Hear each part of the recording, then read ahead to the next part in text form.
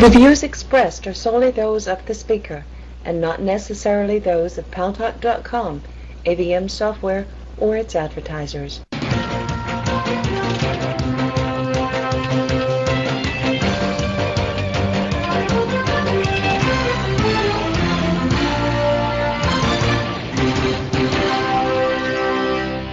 News Talk is online. News Talk Online is a production of Paltalk.com, the largest multimedia interactive program on the internet with more than 4 million unique users, on demand on iTunes and on YouTube and on my blog, GaryBaumgarten.com.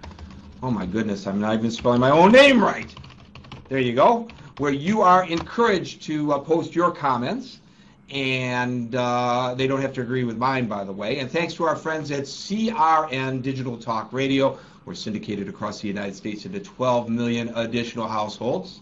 I am your host, Gary Baumgarten. Welcome to the show. Today's show is a very special Children in Peril program. In the second half of the program, we're going to talk about Indigo children with our guest, Jacqueline Lloyd, who's going to talk to us about all these children that are diagnosed with hyperactivity and ADD, and why is that? And why are so many of our kids on medication? And are the schools motivated to maybe diagnose them with these ailments, so-called, in order to get more money from the state and the federal government? Interesting proposition. First half of the show is something that affects all of us because, you know, in the United States and elsewhere in the world, every family wants better for the next generation, for their children, than they wanted for themselves. This has been the tradition. My lifestyle, hopefully, is better than my parents', which is better than their parents', which was better than their parents', right? Each generation, you try to move it forward, make life a little bit easier for the ensuing. But the up-and-coming generation, not doing so good at all. And we've all kind of known this, but nobody really wants to talk about it. Well, my first guest certainly wants to and has. Her name is Nan Mooney. She is author of this book, Not Keeping Up with Our Parents, which talks about many people who are so-called professionals who spend money to go to college, who take out loans, are for years and years and years paying off the loan because guess what? That high-priced education isn't buying them a high-priced job necessarily. Nan Mooney, welcome to News Talk Online on Paltalk.com. Well, thanks so much for having me. Well, thanks so much for joining us and for writing this very insightful book. It's a pretty thick and extensive book with notes at the end to help you cross-reference what's important. And so in the time that we have together here, this short time we have together, we're not going to be able to get to it too much in depth, but I'm going to take a stab at it. I want to know what happened to the middle class in the United States. Are we turning into like Latin America, where the middle class is declining and there's a huge lower and upper class, but the middle class has less and less clout? Well, we're not quite there yet, but we're certainly headed that direction, and the level of income inequality in this country is actually higher now than it's been any time since the 1920s, and we all know what happened right after the 1920s, so it's not a very healthy direction for us. And really what's happening, it's not too hard to figure out economically. Wages for the middle class on down have stagnated, and the cost of everything is going up. So we're paying more for housing, we're paying more for child care, we're paying more for college tuition, for health care, we're paying more towards our own retirement. And so, of course, money is getting incredibly tight for everyone from the middle class on down. So I have two children, one who is graduating high school, one who graduated several years ago, and you push them to go to college.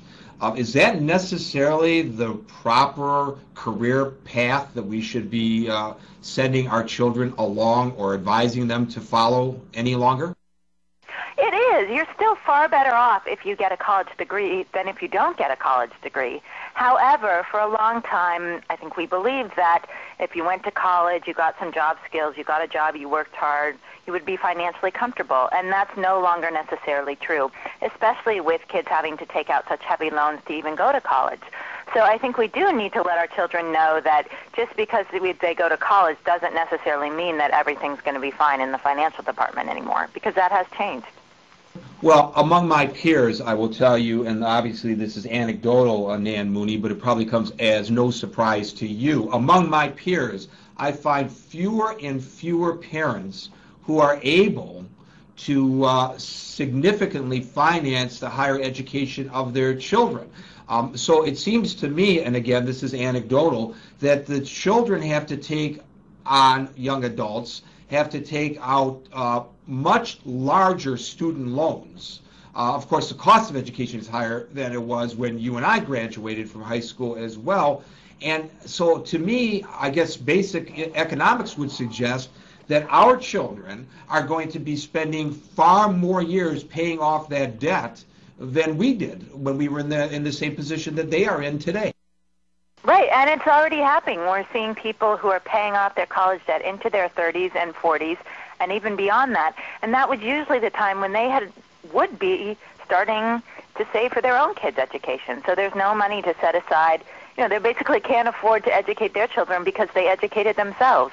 And that seems very wrong.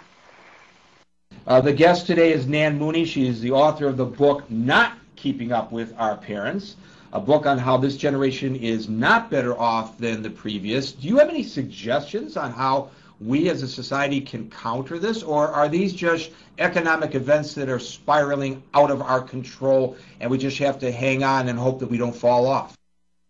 Well, I hope that they're not going to out of our control, but I think we do. A lot of people have the feeling that, oh, this is something I'm doing wrong. I'm making irresponsible financial decisions. I just went into a field that doesn't pay very much. And I think what's called for here is more collective action. There isn't one thing that you can do as an individual, but I think together as a society, we can start shifting what we value.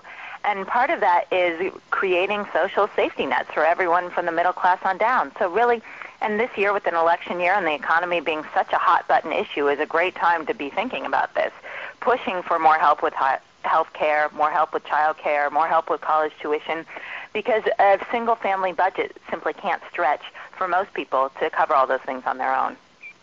In our virtual auditorium on Paltalk.com, I have a comment here from someone with the nickname New York Jake, who says, we have a middle class. You've been to restaurants lately, they are packed with middle class folks.